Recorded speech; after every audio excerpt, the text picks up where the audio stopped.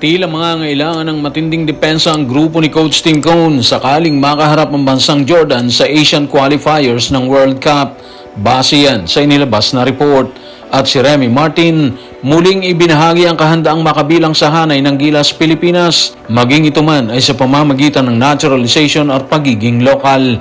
Tutukan po natin ang lahat ng yan. Pero bago yan, pakisubscribe, like and share na lang muna para pareho tayong updated.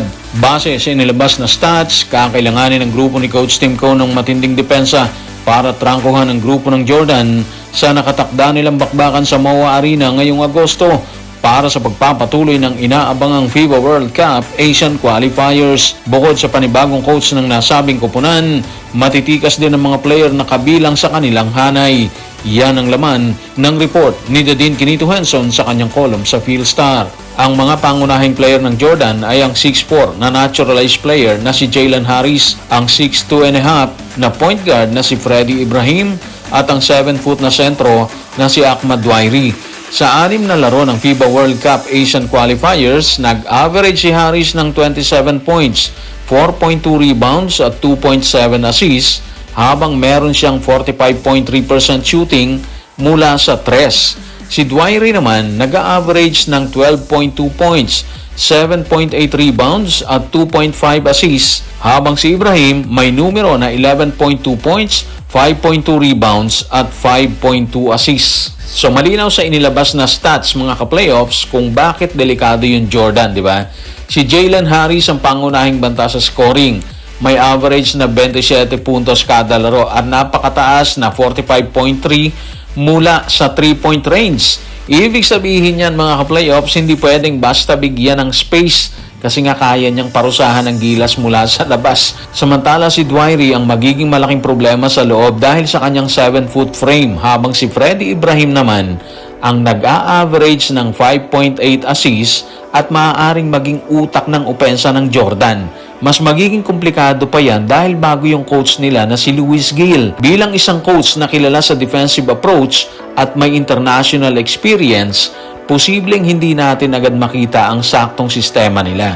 Pero asahan na magiging organisado at mas disiplinado ang Jordan sa depensa. Posible ring gamitin niya ang size ni Dwayri dito sa loob habang binibigyan sila Harris at Ibrahim ng mas maraming pagkakataon na mag-create sa perimeter. Kaya hindi sapat na umasa ang Gilas sa dating mga laro ng Jordan dahil maaaring ibang-iba ang itsura ng team pagdating sa August 28.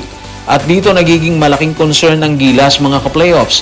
Base sa mga latest updates na paulit-ulit nating nakikita at nababasa, hindi pa rin malinaw ang commitment ng ilang players nito para sa World Cup Asian Qualifiers kung saan kalaban nila ang Iran at Jordan. Samantalang ang Jordan, meron na silang malinaw na pangunahing trio at bagong coach pa yan na naghahanda para sa kanilang laban. So kailangan naman ng Gilas malaman agad kung sino ang available para makapagbuo ng tamang rotation. Sa World Cup qualification, bawat panalo mahalaga, di ba? Kaya malaking disadvantage kung hanggang malapit na sa laro, hindi pa rin kumpleto ang commitment ng roster natin ng Gilas Pilipinas. Kung sakaling matuloy ang inaasahang lineup, posibleng kahit kalabaw na naman si Justin Brownlee dito mga playoffs. Hindi lang scoring ang kakailanganin mula sa kanya, kung hindi rebounding, playmaking, at yung leadership habang hinaharap ang isang Jordan team na merong Harris sa perimeter at Dwayri sa loob. Pero hindi pwedeng si Brownlee lang ang umako ng trabaho dito. Kailangan siyang tulungan ng buong team. Dahil kung hindi makontrol ang 3-point shooting ni Harris at ang depensa ni Dwayri sa loob, maaaring maging napakahirap para sa Pilipinas ang unang laban sa bagong yugto ng qualifiers. Samantala, tila desperado naman si Remy Martin, makabilang lang siya sa hanay ng Gilas Pilipinas. Sa panayam ni Snow Badwa para sa column nito sa Spin, tahas ang sinabi ni Martin na kahit ano ay gagawin nito, makabilang lang umano siya sa pambansang koponan. Dagdag pa niya, kaya din umano niyang gawing maging naturalized player sakaling hindi umubra ang pagiging lokal. Yan ang laman ng kanyang pahayag sa report ni Snow Badwa sa Spin. Gagawin ko ang lahat, kahit ano gagawin ko, basta makapaglaro ako para sa Gilas. Yan talaga gusto kong gawin. Siyempre mas maganda kung magiging local player ako ng Gilas. Pero kung kailangan kong maging naturalized player, siyempre gagawin ko rin yan. Hindi ko nga nakuha ang passport ko nun Pero dual citizen na ako bago pa ako mag-16. Hindi ko lang talaga tinuloy ang pagkuha ng physical passport. Hindi nila inakala nung kasi na maglalaro ko ng basketball sa ganitong level. Kung mas maaga lang naming nalaman na aabot ako sa ganitong level, siyempre hindi sana naging problema to. Sinubukan namin ng lahat ng pwede namin gawin. Gaya ng sinabi ko, dual citizen ako bago ako mag-16, pero hindi ko lang nakuha yung physical passport ko.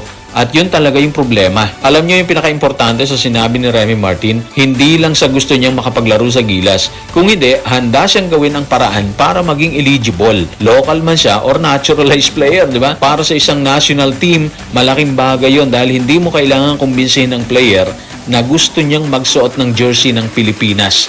Siya mismo nagsasabi yun ang gusto niya, di ba? At ngayon, mas interesting ang kaso niya dahil sinabi niya, dual citizen na siya bago mag-16. Kahit hindi niya nakuha yung physical passport niya noon, may mga naunang naging komplikadong kaso sa FIBA eligibility, kaya kailangan pa rin tingnan yung dokumento at ruling. Hindi puro pahayag lang. Kung maklear naman siya, may basketball value talaga si Remy.